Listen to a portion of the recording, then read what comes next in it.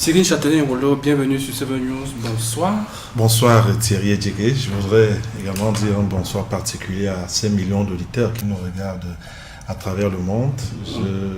J'ai reçu le mandat de vous faire comprendre que votre chaîne de télévision est très appréciée puisque nous avons l'information en continu. Donc certains nous ont fait savoir, lorsque je leur ai dit que je serais à 7 News, ils nous ont fait savoir, ils m'ont dit de saluer les représentants de France 24 au Cameroun. Salut partout au cœur. En rappelant que vous êtes le chef de chaîne de Dunamis FM et le coordonnateur national de toutes les radios Dunamis FM. Vous êtes également un de tout premier à avoir déclaré sa candidature à l'élection présidentielle. Je ne sais pas si c'est un flop. En tout cas, on n'a pas vu votre visage. On est très heureux que vous soyez là et vous allez avoir ce regard, le regard journalistique que nous voulons avoir ce soir. En précisant aussi que vous êtes le présentateur célèbre de cette émission qui fait le buzz sur Dunamis FM, diffusée le vendredi. Le titre, c'est encore quoi là? Le Grand Forum. Le Grand Forum. En tout cas, merci. Juste à côté de vous, c'est un grand monsieur également de l'univers médiatique, mais aujourd'hui, il est de plus en plus investi dans le secteur de la société civile. Morgan Palmer, vous êtes le coordinateur adjoint du comité civique d'éveil citoyenne. Corrigez si je me trompe. Oui, du comité veille civique citoyenne. Bonsoir Morgan. Bonsoir Thierry Edjege. Merci d'avoir honoré de l'invitation à HTV News. Merci de m'accueillir sur votre antenne. Je l'ai dit tantôt, vous êtes à la fois journaliste, mais cet après-midi, on voudrait plus savoir le regard de l'acteur de la société civile que vous êtes depuis quelques moments. On a vu vos actions sur le terrain, que ce soit à Yaoundé, hors de Yaoundé. Alors, si un homme, c'est quoi ce comité que vous avez, que vous coordonnez avec d'autres Camerounais? C'est un comité, comme son nom l'indique, qui est issu de la société civile. On est parti du fait que, en observant ce qui se passait durant la campagne des présidentielles d'octobre dernier, on avait comme une espèce de crispation, comme une espèce de préconditionnement de l'électorat au chaos à l'issue de cette campagne présidentielle. Trop de surchauffe, dans les éléments de langage, des gens qui disaient qu'ils ne peuvent pas perdre cette élection, sous-entendu, s'ils la perdent, c'est qu'elle leur aura été volée.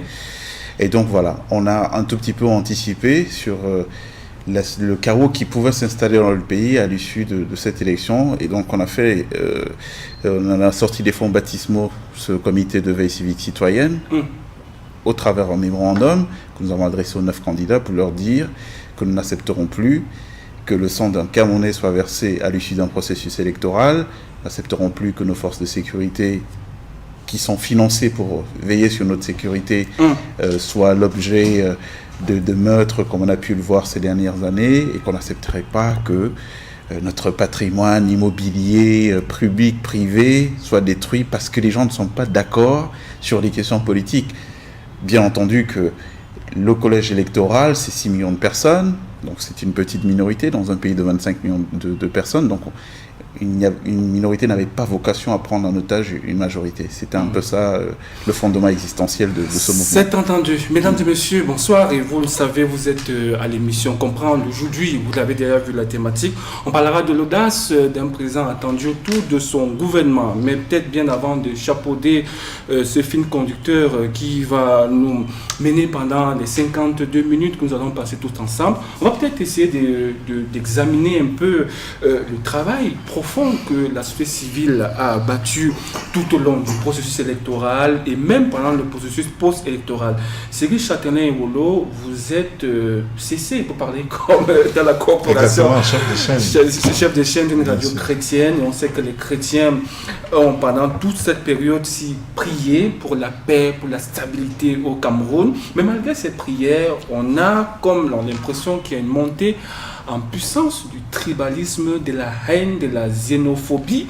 Vous, quel est le discours que vous continuez à tenir vos millions d'auditeurs, à votre entourage, pour essayer de baisser un tant soit peu cette crispalisation à laquelle faisait allusion Morgan? Thierry Edjege, vous avez si bien fait de le dire que je suis le chef de chaîne d'une radio à vocation chrétienne.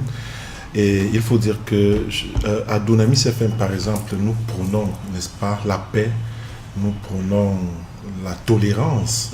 D'ailleurs, c'est le Seigneur Jésus qui le disait, puisque vous avez fait allusion au christianisme, c'est le Seigneur Jésus qui le disait, je vous laisse la paix, pas comme le monde vous la laisse, mais comme le Seigneur vous la donne. Donc, je pense que nous prenons un discours d'apaisement, un discours de paix, parce que la guerre, en un mot, n'est pas une bonne chose. Imaginez qu'on dise que la guerre déclenche aujourd'hui et que cette guerre commence par votre famille, qu'on commence par tuer vos parents, vos neveux, bref, les membres de votre famille. Donc nous, à Dunamis FM, et d'ailleurs les auditeurs, ceux qui nous écoutent religieusement peuvent le témoigner, il y a des pasteurs, il y a tout un comité qui a été mis sur pied pour prier 24 heures sur 24, je dis du côté de Dunamis FM, pour prier 24 heures sur 24, en sorte que la paix règne au Cameroun. Dunamis FM est également associé à d'autres commissions qui prient pour la paix. Il y a eu des mouvements de prière du côté du palais des sports, du côté du palais des congrès et dans toutes les assemblées chrétiennes. Donc nous prions pour la paix. Alors qu'est-ce qui peut justifier cette montée en puissance de la haine, du tribalisme? Eh bien, il faut dire qu'il faut poser la question à leurs auteurs. Moi, je n'arrive pas à comprendre pourquoi du jour au lendemain, vous savez qu'il y a longtemps, on n'a plus parlé du tribalisme au Cameroun. Mais depuis cette période post-électorale, on se rend compte que ça devient un peu comme la chose la mieux partagée. Et ce matin, je lisais encore le titre d'un journal qui m'a beaucoup choqué. Vous voulez faire du son à Issinga? Oui, qui m'a véritablement choqué. C'est vrai que c'est un ami, le promoteur de ce journal, mais je pense que ce genre de titraille, ce genre de une attise davantage, n'est-ce pas, à la haine, attise à de très mauvaises pensées, parce qu'on ne peut pas titrer. Si la censure existait, je pense que j'ai même fait un commentaire à ce poste en disant que ce journal devrait être censuré au moins pour une période de 3 ans, parce que c'est ce type de titraille qui incite justement à la révolte, à la haine, et qui, n'est-ce pas, fait un ancrage au tribalisme. Donc, nous, en tant que membres du corps de Christ, membres de la société civile, nous avons l'obligation de prier pour notre pays, étant donné que l'organe suprême, si on va l'appeler ainsi, le Conseil constitutionnel a donné son verdict. Thierry Edjige, je pense qu'il n'y a plus rien d'autre à faire que d'attendre les 7 prochaines années. Donc, on doit les attendre dans la paix, dans la sérénité et dans l'amour du Christ. Morgan Palmer, malgré vos appels au calme, malgré vos descentes sur le terrain, malgré votre sensibilisation, les Camerounais sont divisés en deux. Il y a les tontinats d'un côté, il y a les sardinats de l'autre. Vous êtes finalement de quel camp? Non, mais moi je suis pour le Cameroun. Voilà, je suis pour le Cameroun. Je continue à dire qu'il ne faut pas qu'on se trompe dans l'analyse des chiffres. Parce que à l'occasion de cette élection présidentielle, les chiffres que nous avons, c'est qu'on a un taux de participation d'à peu près 3 millions de personnes. Et c'est dans ces 3 millions de personnes qu'il y a ceux qui sont dans le camp du contentement et ceux qui sont dans le camp du mécontentement. Donc, pour reprendre à votre terminologie, les sardinards, ou plutôt les sardino-compatibles, et les tontinards. Donc, alors, c'est 3 millions de gens. Hein, vous voyez, nous avons un pays qui a 25 millions de gens, donc plus de 20 millions, qui n'ont pas été concernés par cette élection présidentielle. Est-ce que vous pensez que c'est juste? On est dans des schémas de justice quand on va mettre entre parenthèses la vie de ces 23 millions de gens qui n'ont rien dit, qui n'étaient pas interpellés, intéressés directement, parce qu'il y a une petite frange de gens pour des intérêts purement égoïstes, oui, je dis des intérêts purement égoïstes, qui sont en train de vouloir prendre en otage le pays. Je pense que non. Maintenant, personnellement, je pense que nous sommes allés vite en besogne dans nos schémas de démocratie en Afrique, parce qu'on n'était pas suffisamment prêts, suffisamment outillés pour arriver à cette étape. Il faut régler d'autres questions préalables, et le fait justement qu'on n'ait pas réglé ces questions préalables, alphabétisation, chaque citoyen devrait au moins savoir lire, écrire et compter, donc avant qu'on arrive à l'étape de la démocratie. Donc à mon avis, au jour d'aujourd'hui, il y a un parti, un seul, qui devrait regrouper tous les Camerounais, c'est le Parti du développement du Cameroun. Et les clivages idéologiques qui, à mon sens, n'ont pas de raison d'être compte tenu de la situation de notre pays aujourd'hui. On a un chômage de masse, donc il faut créer des emplois de masse, il faut industrialiser notre société, il faut répondre aux défis civilisationnels qui nous interpellent au jour d'aujourd'hui. Et toutes ces questions-là, on ne peut pas les occulter parce qu'on veut faire jouer et qu'on veut jouer avec les bas instincts, comme on peut l'observer ces derniers jours-ci. Bon, maintenant, pour toucher d'un mot à la question de cette une, je veux dire que c'est bien de condamner, mais nous ne devons pas avoir une condamnation à géométrie variable, parce que ce mouvement de haine, on l'observe, nous, depuis des années, via les réseaux constitués et affiliés à des candidats sur les réseaux sociaux, notamment, cette haine ethnique, qui ont décomplexé le discours tribaliste et qui, depuis des années, stigmatisent certaines communautés. Donc, ce que vous voyez aujourd'hui n'est que le parachèvement de quelque chose, d'une lame de fond qui a pris le temps de se construire de manière sournoise. Donc, je dis, c'est bien de dire, aujourd'hui, on est choqué par cette une, mais c'est aussi bien de dire, c'est quoi les origines, ça vient d'où, et de pouvoir questionner tout ça pour que on soit crédible dans la condamnation. En tout cas, on vous a bien entendu, Morgan Palma. On va marquer la première acte de cette émission qui nous permettra d'entrer de plein pied dans la thématique de cet après-midi. Le Cameroun semble ressembler à une grande salle d'attente. Tout le monde ne fait pratiquement plus rien. On aurait appris via certains journaux que certains ministères sont dépouillés ou alors des ministres sont en train de débarrasser le plancher petit à petit. D'autres ont fait recours à des marabouts. Il y a des mouvements qui sont nés faisant appel à des jeunes dans le nouveau gouvernement. D'autres font appel à un savant dosage de la jeunesse et de la vieillesse. En tout cas, nos personnes ressources, nous avons convié cet après-midi, nous donnerons leur analyse sur ce phénomène juste après ce papier de Thierry Eba qui dresse les 7 priorités de ce gouvernement, disons ça comme ça, de ce septennat placé sous le slogan des grandes opportunités. I do so swear. Il est donc clair que la seule logique qui guide Paul Biya, président réélu pour un 7e mandat à la tête de l'État du Cameroun, c'est justement qu'aucune logique ne guide guère ses choix.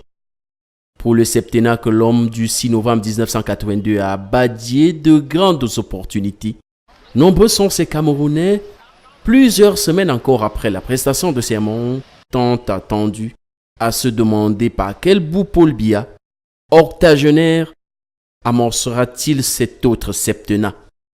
Le constat que vous faites est tout à fait pertinent. On observe une grande difficulté à conduire correctement, clairement et avec satisfaction les projets dans l'espace public. Mais il faut dire que cette réalité, cette situation est accentuée dans nos pays, notamment au Cameroun, du fait d'un certain nombre d'insuffisances qui peuvent être liées davantage à l'absence de compétences reconnus au sens de la conduite des projets, comme des professionnels de conduite de projets au niveau local. En clair, qu'est-ce qui devrait constituer les 7 priorités du nouveau septennat d'un président qui a passé plus de 3 décennies à la tête d'un pays? Il faut commencer par rappeler que notre gouvernement a déclaré toute l'année 2015 et 2016 qu'on n'ira pas au FMI. Et les mêmes sont toujours en poste. Alors, je ne sais pas s'ils se mentaient à eux-mêmes ou s'ils mentaient à eux-mêmes et au chef de l'État, ou si alors eux tous mentaient au peuple camerounais. Et ils sont toujours en poste. Changer donc les hommes semble être la grande attente de la large majorité de l'opinion, afin d'espérer enfin voir insuffler un souffle nouveau dans la dynamique de la conduite des affaires du pays. Nous sommes de ceux qui pensons que l'agriculture, et vous le savez d'ailleurs, que l'agriculture devrait être le fer de lance de notre développement. Nous sommes allés jusqu'à faire des propositions de comment on peut révolutionner le secteur agricole chez nous. Alors, quand vous me posez une telle question, je vous dirais simplement que nous croisons les doigts pour que le chef d'État, dans le prochain septennat, puisse prendre en compte les mesures que nous avons proposées dans notre projet de société qui est essentiellement agricole. L'amélioration des conditions de vie des populations sur le terrain social ainsi que la création des richesses nouvelles en économie semblent entre autres préoccuper quelques citoyens. Ces tâches prioritaires ne nous ont pas détournés de la nécessité d'œuvrer à l'amélioration de notre économie affectée par les effets de la crise économique et financière mondiale ainsi que par la baisse des cours des matières premières. Dans ce but, nous avons poursuivi la mise en œuvre de nos réformes structurelles et pris des mesures pour redresser notre situation budgétaire. Notre résilience a été saluée par le FMI avec lequel nous avons conclu en 2017 un programme économique et financier appuyé sur une facilité élargie de crédit. Quid des politiques publiques, de l'emploi jeune, des grands chantiers d'infrastructures abandonnés jusqu'ici pour le développement du pays, du secteur agricole qui jusqu'ici peine à décoller véritablement. Autant donc de priorités que le peuple espère voir inscrits au cœur des premières actions du président Paul Biya, dont presque plus personne n'attend réellement de résultats.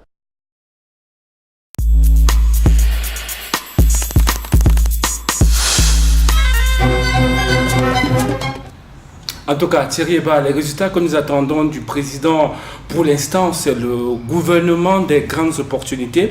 Alors, Morgan Palmer, tous les oreilles et les yeux semblent river du côté du palais de l'unité. Tout le monde va petit bonheur, la chance, on dresse des profils, chacun, il y a des mouvements qui sont nés, je l'ai dit tantôt, sur les forats, sur les réseaux sociaux, en appelant à des tels, à des jeunes. Vous, quelle est la lecture que vous suggère ce Cameroun qui est à l'attente du gouvernement dit des grandes opportunités? Je crois qu'en 36 ans, on n'a jamais autant attendu la formation d'un gouvernement. Partout où on va, on a comme l'impression que toutes les attentions sont cristallisées, et ce n'est pas par hasard. Il faut dire qu'aujourd'hui, nous avons atteint un niveau des aspirations quand même assez élevé. Moi, je dis toujours, quand on observe l'histoire des civilisations, que après la violence langagière vient la violence tout court. En parlant de violence langagière, on atteint le paroxysme à l'occasion de cette élection présidentielle. Donc il faut des signaux forts. Il faut des signaux forts qui soient des symboles, en fait. Qu'est-ce qui se passe aujourd'hui? On a une gouvernance qui est complètement décriée. Des gens qui se sont installés sur des monopoles et qui ont développé une forme d'arrogance qui est vomi aujourd'hui par le peuple du Cameroun. Donc il faut à un moment donné que les choses changent. Et les choses ont changé comment? J'entends parler de renouvellement du leadership. C'est bien qu'on renouvelle le leadership, mais ça ne veut pas dire course au jeunisme. Moi, je vois bien une société où le leadership sera porté par la coexistence des différentes forces qui font donc, qui composent le tissu social camerounais. On ne peut plus continuer, par exemple, c'est une question qui me tient à cœur, avoir un gouvernement où on n'a que des représentants d'une seule société de pensée. C'est pas normal. C'est un pays de 25 millions d'habitants. Le fait d'avoir construit ces monopoles ces 20 dernières années, ça a créé quoi? Ça a créé que les gens ne se sentant pas challengés, ils ont développé une forme d'arrogance qui a été contre-productive pour le développement du pays. Donc je pense qu'aujourd'hui, ce qu'il faut faire, c'est qu'il faut regarder profondément la société camerounaise et puis donner le droit au chapitre aux différentes entités qui sont là, qui sommeillent, qui ont besoin qu'il y ait une saine compétition entre elles, qu'on revienne à des compositions équilibrées qui nous permettent d'obtenir le meilleur du Cameroun. Nous avons des gens de très très grande facture au jour d'aujourd'hui qui, quand je pense à eux, m'amènent à dire qu'on n'a plus besoin de construire sur des équilibres que politiques. Il faut construire aujourd'hui autour du développement du Cameroun. Ça nécessite des expertises, des technocrates, des profils de technocrates qui vont venir avec un cahier de charges, des objectifs clairs assignés et qui devront répondre d'un bilan. Et dans le très court terme, nous ne pouvons pas continuer le même type de gouvernance qui a existé jusque-là parce que malheureusement, le bilan il est là. Il est catastrophique. On n'a pas vraiment avancé au rythme où on devrait avancer parce qu'on a la ressource humaine qu'il faut pour ça. La ressource humaine est là, elle est disponible, Ségui Châtelain-Ewolo. Je crois que c'est même l'une des motivations qui ont dirigé votre proclamation, vraie ou fausse, à la campagne aux élections présidentielles inspirée de Macron, qui est arrivé à la tête de l'État à 39 ans. Est-ce qu'aujourd'hui, vous souscrivez à cette idée selon laquelle, puisque le président, le 6 novembre, du côté du Palais des Verts de Ngouaïkele a dit aux jeunes, je vous ai compris, les jeunes constituant 70% de la population camerounaise devraient à minima constituer 60% du nouveau gouvernement? Si oui, pour vous, la jeunesse est située à quel niveau? Quelle est la tranche d'âge? Thierry, je dirais que c'est une question difficile à répondre parce que depuis 36 ans, par exemple, parce que on est déjà habitué à ces chiffres-là, 36, le président de la République, j'ai envie de croire qu'il nous regarde. Le président de la République n'a pas la volonté de faire mouvoir les jeunes. Et ça dérange beaucoup parce que depuis qu'il est là, on nous a parlé d'un certain nombre de gouvernements qu'il a déjà fait. Et vous allez vous rendre compte que tous les jours, ce sont les mêmes plaintes. Donc quand vous parlez d'un prochain gouvernement qui aspire à avoir environ 60 jeunes, moi, déjà que c'est pléthorique, un gouvernement de 60, si on s'est limité même à 60. Ils sont 67 là. Oui, c'est pléthorique lorsqu'on veut même déjà lutter contre la gabegie, la corruption et tout ce que cela comporte. Un gouvernement de 60 ministres et assimilés, c'est un peu trop. Déjà, c'est le premier point. Maintenant, vous parlez des jeunes. Biya s'en fout de la jeunesse. Il faut qu'on se dise les vérités. Biya s'en fout de la jeunesse. Combien de fois, après chaque gouvernement, on a interpellé le président de la République pour vous dire qu'il y a de la matière dans la jeunesse? Il s'en fout de la jeunesse. Bon, on vous dira que celui qui est au DCC actuellement adjoint, c'est un jeune. On vous dira également que celui qui... Oui, mais quel type de jeune? Oui, mais quel type de jeune? Quel type de jeune? Vous faites même bien de faire allusion à ces jeunes. Vous savez qu'on ne va pas revenir sur... les jeunes sont on ne va pas stigmatiser. On ne va pas stigmatiser les gens ici. Mais quand vous voyez le lien qu'il y a entre la première dame et Oswald Babouké, vous comprenez tout. Quand vous vous rendez compte qu'à peine on se réjouissait de ce qu'on est nommé un jeune à la tête du CED, bien après on se rend compte que c'est le fils d'un ancien colonel. On sait comment les choses se passent, on se pose un certain nombre de questions.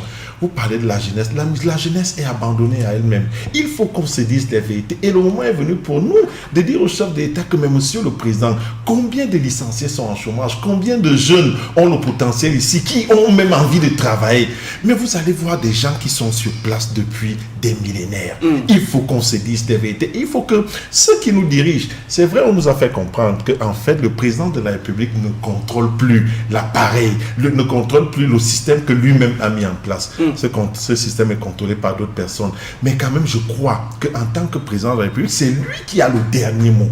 Le président de la République peut dire non, sans que tel ministre ou tel DCC ou tel ponte du régime ne lui dise le contraire. Donc moi, je pense que la jeunesse... Et puis la jeunesse a fait ses preuves. Vous avez constaté lors de la dernière présidentielle, il y a des jeunes qui sont sortis, n'est-ce pas, de nulle part pour dire qu'on peut, et cette jeunesse également pouvait. Donc moi, je pense que les jeunes ont du potentiel, les jeunes veulent travailler, il suffit juste de leur donner un peu de chance. J'interpelle donc le président de la République, je crois qu'il nous écoute, qu'il nous regarde. Monsieur le président, lors de votre prochain gouvernement, et c'est vrai, vous savez que le président est même d'ailleurs très imprévisible, ne soyez pas surpris qu'en avril 2019, qu'il n'y ait même pas de gouvernement. Souvenez-vous, lors de la dernière, je crois que c'était les dernières législatives en 2013, on a attendu pendant des mois et des mois, près d'un an, et puis il a fait sortir ce gouvernement qui n'a absolument rien changé. Et puis pour finir, pour chuter, j'aimerais que le président de la République nous produise un remaniement ministériel. Vraiment, ce qu'on appelle un remaniement et non des réaménagements, des réajustements, parce qu'ils ont souvent des formules qui nous on ne veut même plus de mutation, qui nous pondent un vrai, puisqu'il va de soi, il est normal que c'est son dernier mandat, ça c'est clair, il faut qu'au moins il sorte de cette présidence la tête haute. La tête haute. Morgan Palmer, le président doit sortir de cette teneur des grandes opportunités avec la tête haute. Pour vous, à quoi ressemble le profil, ou alors quels sont les types de visages qui peuvent figurer dans ce prochain gouvernement? Si tant il est vrai que la jeunesse réclame à corps et à cri, a-t-elle suffisamment la force de l'expérience pour reprendre un slogan d'un parti qui a gagné? Oui, c'est vrai que, comme disait notre frère à l'instant, on est sur des enjeux de postérité. Et ces enjeux de postérité aujourd'hui interpellent une démarche purement pragmatique. Qu'est-ce que j'entends par là? J'entends par là qu'il faut écouter ce que la société camerounaise dit. Et ce qu'elle dit aujourd'hui, c'est qu'elle a besoin d'une nouvelle espérance. Cette nouvelle espérance ne peut se construire que sur de nouveaux visages. Je le redis une fois de plus, moi je ne suis pas de ceux qui pensent que parce qu'on aura un gouvernement 100% avec des jeunes, on sera forcément dans l'efficacité. Je suis de ceux qui pensent qu'il faut de nouveaux visages, ceux qui ne se sont pas encore corrompus et qui n'ont pas encore été compromis, j'allais plutôt dire, dans une gouvernance précédente, pour que déjà en termes de symbole, que ça envoie un message fort aux Camerounais qui nous regardent au jour d'aujourd'hui. Ce que je peux vous dire, c'est que ce n'est plus une question de volonté présidentielle. C'est le sens de l'histoire qui l'impose. Donc le président aujourd'hui est en quelque sorte tenu d'envoyer ce message fort à la société camerounaise. Sinon, on va vers une gouvernance qui va être tumultueuse. Je vous ai parlé de la libération de la parole violente qui préfigure et qui préfigure toujours de la violence tout court. Au jour d'aujourd'hui, ce qu'il faut redouter, ce n'est pas tant l'opposition qui est à l'extérieur, mais c'est tous les gens aigris qui sont dans le système, frustrés, qui n'ont pas été investis par le parti alors qu'ils en avaient la capacité, alors qu'ils étaient populaires, parce qu'il a fallu parachuter les fils d'eux. Ce système doit s'arrêter. S'il ne s'arrête pas, ce que je peux vous prédire déjà, à l'heure qu'il est, c'est qu'on va vers un changement de majorité aux prochaines élections législatives. Parce qu'au jour d'aujourd'hui, le fruit est mûr. Le fruit, les Camerounais en ont ras la coupe. Et il faut qu'on aille vers ces changements profonds. C'est pour ça que je vais dans le sens de notre frère qui disait tout à l'heure que ce n'est pas d'un réaménagement comme on a l'habitude de voir qu'il faut. Il faut faire bouger les lignes. D'accord ? Nous savons très bien que pour qu'une société soit en ordre de marche, il faut des petites minorités pour fixer cet ordre de marche. Mais ces petites minorités ne peuvent pas être que les frères de lumière dans un pays comme le Cameroun. Vous vous rendez compte ? On a un gouvernement, tous appartiennent à la même société de pensée. On n'a rien d'autre. On n'a pas un pouvoir traditionnel des sciences endogènes, des gens qu'on pourrait faire émerger de la société civile. Et je ne le dis pas parce qu'on est concerné. Moi, je n'ai pas l'ambition de me professionnaliser dans ça. C'était une démarche conjoncturelle, donc ponctuelle. Mais tous ces gens que nous avons dans ce pays et qui sont laissés sur le bord du chemin depuis des années, ils veulent aussi jouer. Vous imaginez la frustration d'un joueur de football talentueux, mais qui est obligé de passer sa vie assis au banc de touche, à regarder des gens parfois moins talentueux, moins brillants que lui s'exercer. Voilà la situation dans laquelle nous sommes au jour d'aujourd'hui. Et moi, je le dis, je n'ai pas la réputation d'être quelqu'un qui est systématiquement dans la contestation. Mais je dis qu'à un moment donné, quand on a la chance d'être dans un média local comme le nôtre, et qu'on peut se parler entre nous, il faut qu'on soit capable de laver le linge sale en famille. Et je pense, à la suite de Morgan Palma, je pense même, Thierry, que les Camerounais également doivent prendre leurs responsabilités. Les jeunes qui nous regardent là, vous savez, ce qui s'est passé lors de cette élection a donné beaucoup de sagesse, ou alors a éveillé les idées des Camerounais, parce que pour vous dire la vérité, ils n'étaient pas nombreux à être inscrits sur les listes électorales. Ce que Eleka nous a présenté, en fait, c'était du réchauffé. Voilà pourquoi en janvier, lorsqu'on va lancer l'opération d'inscription sur les listes électorales, nous interpellons ces jeunes, tous ces Camerounais, parce qu'il est inadmissible, comme le disait, il est inadmissible que nous sommes 25 millions de gens au Cameroun. Et dans le fichier électoral, on se retrouve avec 3 millions de votants. Ça n'a pas de sens. Pourquoi les Camerounais ne s'intéressent plus à la chose politique? Moi, je pense que le moment est venu pour eux de s'assagir, de prendre leur destin en main. Parce que le Cameroun, c'est notre Cameroun. Ceux qui nous gouvernent aujourd'hui, il va de soi qu'ils n'y sont plus pour longtemps. Donc, c'est nous qui allons prendre la relève. Voilà pourquoi nous devons nous préparer. Que les jeunes aillent dès janvier prochain, que les jeunes aillent massivement s'inscrire sur les listes électorales. Et je vous rassure que lors des prochaines législatives et municipales en octobre prochain, vous aurez un véritable... Exact. Cyril Châtelain, puisque vous avez la parole, je vous pose cette question. Vous pensez que le président sera assez courageux, qu'il aura de l'audace? Écoutez, il y a quand même un certain nombre d'accords. Il y a ce qu'on appelle le G20, de 20 partis issus de l'opposition qui se sont ralliés au RDPC, qui ont désormais un porte-parole en la personne des gens de Dieu Momo. Il y a un mouvement qu'on appelle le G35, de jeunes, des associations, de la société civile qui sont derrière le président Paul Biya. Il y a ce qu'on appelle de la majorité présidentielle. Il y a des accords, il y a des arrangements dans l'ombre, dans la lumière. Maintenant, à l'issue de cette élection, il y a l'opposition qui a montré une opposition qu'elle représente quelque chose de fort. Vous continuez à être dans ce rêve-là que l'audace est possible, le rêve est possible, Cyril? Tel que je connais le monsieur qui dirige le Cameroun depuis 36 ans aujourd'hui, c'est un monsieur qui n'a plus peur de rien. Il n'a pas peur de ces gens-là. En plus, il n'a rien à perdre. Il n'a rien à perdre. les gens de Dieu Momo, les G20, les G35, et puis l'opposition qui s'est levée, le président Paul Biya n'en a que foutre. Ne soyez pas surpris que rien ne change lors de son prochain gouvernement. Il n'aura même pas leur dit merci. Et puis c'est eux qui sont venus vers lui, c'est pas lui qui est allé vers eux. Le président, moi, je ne m'attends à rien. Vous savez, il y a un adage qui dit, Thierry Edjege, que lorsque vous vous retrouvez sous un même arbre dans la forêt 2 fois, sachez que vous êtes perdu. Le président de la République est perdu. En fait, il ne sait plus. Voilà pourquoi il est obligé de nous servir du réchauffé. Quelqu'un qui a pris sa retraite depuis des années. On le rappelle, combien de fois le président de la République nous l'a fait? C'est-à-dire que quelqu'un qui a pris sa retraite depuis 5 ans, un beau jour, vous écoutez au procès national à la TV qu'il est rappelé. Donc, il n'y en a pas, il n'a pas, je ne m'attends à rien. Moi, en tant qu'observateur social, je ne m'attends à rien de nouveau lors du prochain gouvernement. Que ceux qui se sont battus pour lui, et je pense qu'il les a même récompensés de la plus belle manière, puisque ces gens, je sais, ça c'est au moins c'est ce que je sais, ils ont eu des enveloppes. Je pense que le compte était bon. Je pense que le compte était bon. Ils n'ont plus. Non, je ne révèle pas le montant, mais je dis quand même qu'ils ont eu. Les gens de Dieu, Momo ne va pas dire qu'il n'a rien eu. C'est quand même un ami avec qui il partage un certain nombre de choses. Donc, ils ont eu leur enveloppe. Je pense que c'est la récompense qu'on pourrait leur faire. Biya connaît des gens avec qui il traite, hein. Il connaît les gens avec qui il traite.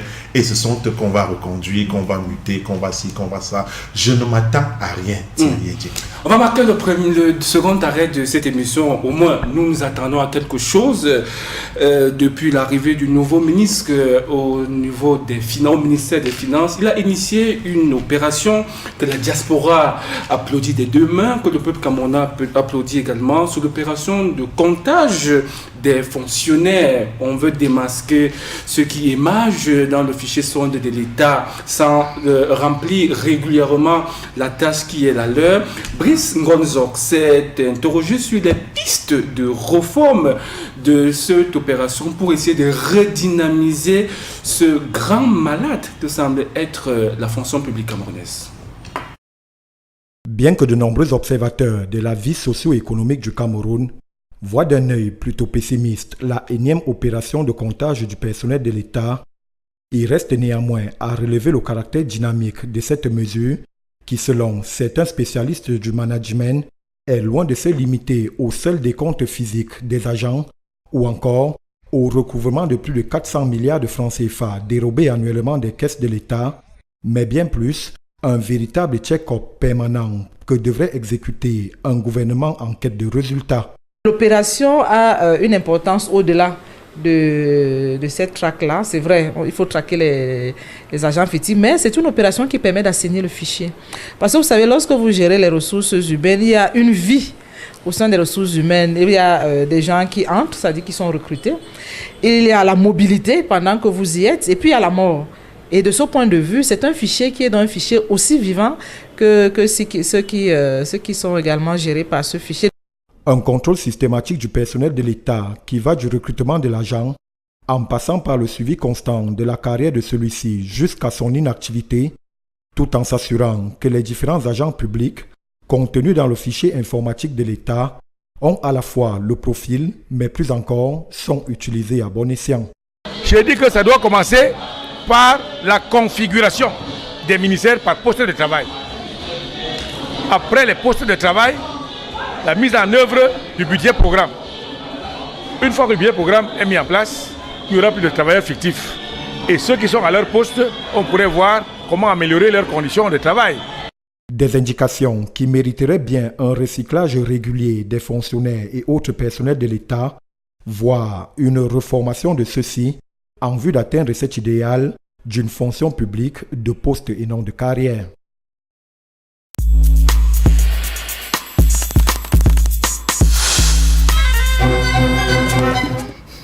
Morgan, je vous ai observé, vous étiez pratiquement stupéfait au regard des chiffres en écoutant le reportage de Brice Ngonzok. Un commentaire? Oui, le commentaire que ça m'inspire, c'est que il y a 400 milliards de francs qui sont tapés dans la caisse tous les ans au Cameroun. Sachant qu'on a un budget estimé à 5 000 milliards, c'est 10% de 5 000 milliards. 400 milliards. C'est beaucoup trop. Et je crois que il y a certainement des raisons qui peuvent expliquer l'exponentialisation de la corruption dans notre pays.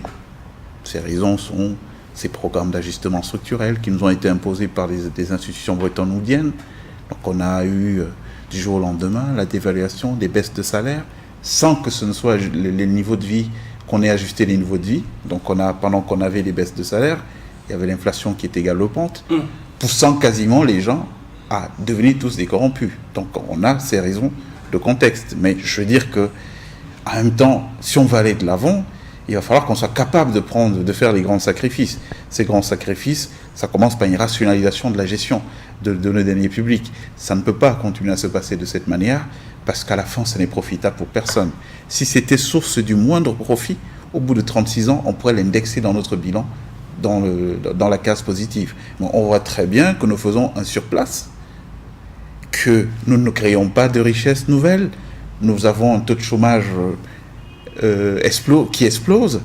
Et donc, c'est-à-dire que cette façon de faire-là, ce n'est pas la façon qu'il faut faire pour qu'on aille de l'avant, pour qu'on avance. Donc, oui, je suis choqué quand j'entends ça. Choqué.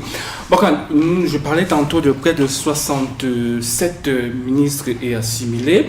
Nous sommes tous à l'attente du prochain gouvernement et des nouveaux hommes, nouveaux ou anciens hommes qui vont constituer ce gouvernement-là. Vous, qu'est-ce que vous vous dites? On parle de la fonction publique qui semble être un gros goulot d'étranglement à la fois pour le président, le gouvernement lui-même. Vous vous dites quoi? Ce prochain gouvernement doit déconstruire, je ne veux pas dire le ministère de la fonction publique, ou bien la place prépondérante qu'occupe cette fonction publique, puisque visiblement, c'est elle qui valide les contrats, c'est elle qui très vite couvre les marchés des gré à gré, c'est elle qui en sourdine, malheureusement, est source d'un gros nombre, d'un certain nombre de déficits dans lesquels notre pays se trouve. Oui, on a une fonction publique forte parce qu'on a un secteur privé faible. C'est toute la problématique qui est à ce niveau. C'est-à-dire que quand on veut calquer sur des modèles qui sont existants, on essaie de les regarder, on duplique tout simplement de la meilleure manière qui soit. Ce qu'on observe aujourd'hui chez nous, c'est que notre économie est portée par le public. Ça ne devrait pas être le cas. Quand on parle de créer des richesses dans un pays comme le nôtre, ça devrait être l'œuvre des privés. L'État doit jouer son rôle de régulateur, de créateur d'un cadre propice, attractif pour l'investissement, pour les activités, mais les activités doivent être portées par l'initiative privée. Et je crois que ça fait partie des challenges vers lesquels on doit tourner l'esprit des Camerounais. On ne peut plus continuer à avoir un pays qui est polarisé sur la prochaine élection. C'est-à-dire qu'il y a une élection, là, comme une vient de passer, et puis tous les esprits, maintenant, sont qu'est-ce qui va se passer dans 7 ans? On travaille à quel moment? À quel moment on travaille? Or, on a des nombreux défis. Sauf que pour faire de la solidarité, on doit créer des richesses au préalable. On ne redistribue que ce qu'on a créé au préalable. Donc, je pense qu'il y a une nouvelle culture qu'il faut faire émerger au Cameroun aujourd'hui, qui est celle de la productivité. Vous allez au travail, on vous paye 200 000 à la fin du mois. Pourquoi on vous paye ces 200 000? Qu'est-ce que vous avez produit? Il faut que toutes ces questions qui paraissent complètement naïves et tout, commencent à tarauder chacun des Camerounais pour que les Camerounais, ceux qui nous regardent, comprennent qu'individuellement, ils ont leur responsabilité dans le marasme que nous avons dans notre pays aujourd'hui. On a près de 70% de notre population qui est sans emploi. C'est un problème grave qui nécessite aujourd'hui de prendre des décisions d'urgence. Il faut mettre en place un plan Marshall, un vaste plan Marshall, qui va nécessiter d'aller solliciter des emprunts sur les plateformes financières internationales, des gros emprunts, pour financer les emplois, pour financer la formation, pour financer la santé. Parce qu'à mon avis, ces 3 choses sont liées. Si on n'a pas des gens en santé, c'est des gens qui ne sont pas en santé ne peuvent pas se faire former. Et donc ne peuvent pas concourir à des emplois. Il faut qu'on travaille aujourd'hui sur des sujets précis et clairs qui vont amener le sursaut vers l'avant dont notre pays a besoin. Parce que là, on a touché le fond.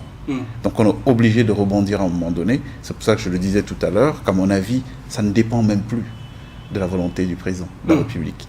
C'est conditionné par le sens de l'histoire. Le sens de l'histoire veut que quand on touche le fond, on est obligé de rebondir. Donc il va falloir qu'on rebondisse. Pour rebondir, Cyril Châtelain-Rouleau, je pense qu'il faudrait que le président prenne des décisions assez fortes, comme supprimer ce qui me semble être des doublons. Vous avez le ministère des marchés publics, vous avez l'agence de régulation des marchés publics.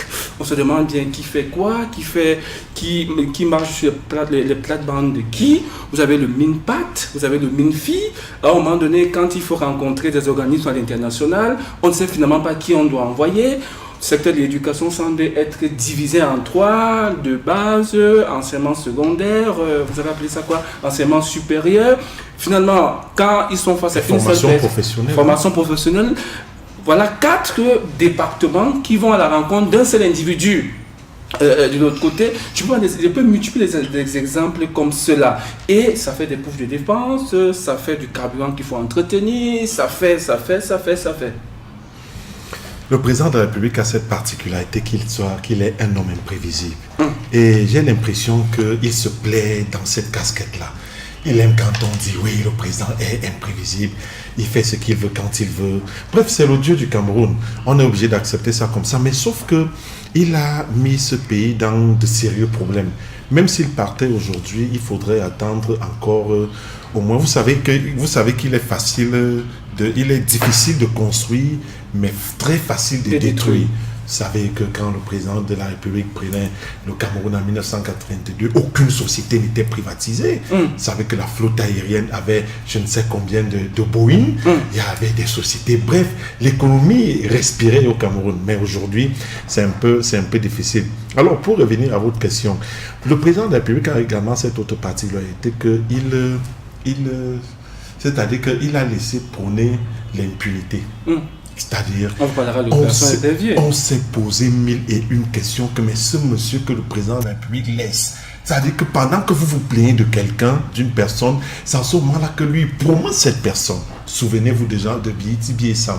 Lorsqu'il était ministre de la Communication, il avait été soupçonné d'avoir distrait 80 millions qui revenaient à la presse. Mais non, il l'a plutôt promu ministre des Télécommunications, où il a créé un certain nombre de scandales. Il est parti, il a pris sa retraite. On l'a rappelé pour être ambassadeur du Cameroun en Israël. Donc des exemples comme cela, on peut en citer. L'impunité est galopante au Cameroun. On ne peut pas vivre dans un pays où au moins l'article 66, c'est-à-dire qui dédouane même tout le monde, n'est pas respecté. Mais qu'est-ce que vous voulez? Et alors vous posez la question, à quoi est-ce qu'on peut s'attendre? On ne peut s'attendre à rien. Lorsque vous avez un article dans votre constitution que vous avez vous-même promulgué, qui stipule qu'il faut que chaque détenteur d'un pouvoir déclare ses biens. Et puis on marche sur cet article-là comme ça, comme si de rien n'était. Je me pose des questions et à la fin, je me pose la question, est-ce que les Camerounais craignent Dieu? Est-ce qu'ils craignent Dieu? Ça, c'est une question. On va répondre à cette question. Cyril Châtelain-Rouleau aussi, les Camerounais craignent Dieu. Mais avant de répondre à cette question, on va marquer le dernier arrêt de cette émission avec ce papier de Jean-Pierre Amana qui revient un peu sur l'ouverture de la session parlementaire de l'année 2017, qui mettait les parlementaires à la rude épreuve de la crise anglophone. On regarde.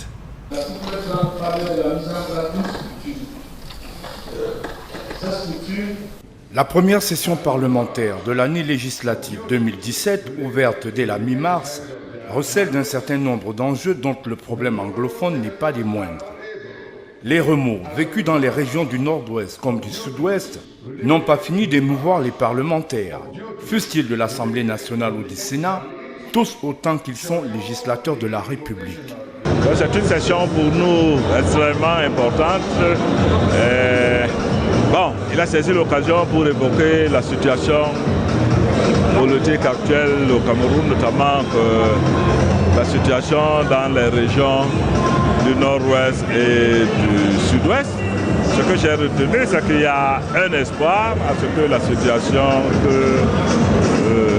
qu'il y ait une solution à cela. Donc je pense qu'il a délivré un message d'apaisement et un message d'espoir. Le gouvernement est à pied d'œuvre pour trouver une solution à ce problème. Par-delà la question anglophone, dont le patron de l'exécutif s'en est fait le principal missionnaire, On peut évoquer, entre autres enjeux de cette session autrement chrysogène pour de nombreux observateurs, la loi cadre sur la décentralisation qui tient une place de choix dans la réflexion engagée après l'élection des différents bureaux et la mise en branle des commissions. Un second interlocuteur, sénateur de la Nation, le précise d'ailleurs et davantage pour ne point démentir notre analyse. Beaucoup de Camerounais souhaiteraient certainement que nous évoluions un peu plus vite dans ce qui concerne la décentralisation. Je crois que là aussi, nous n'avons pas d'inquiétude à nous faire, puisque nous avons tous les textes qui prévoient ces institutions. La modification de la loi fondamentale, faite au demeurant partie et en bonne place dans la spéculation, en direction d'un pouvoir exécutif qui se doit d'apporter des réponses aux grands enjeux de l'heure. Donc, l'implémentation d'une véritable décentralisation des pouvoirs, avec plus de prérogatives aux régions qui en demandent et redemandent. Reste que, d'ici là, l'avenir nous en édifiera.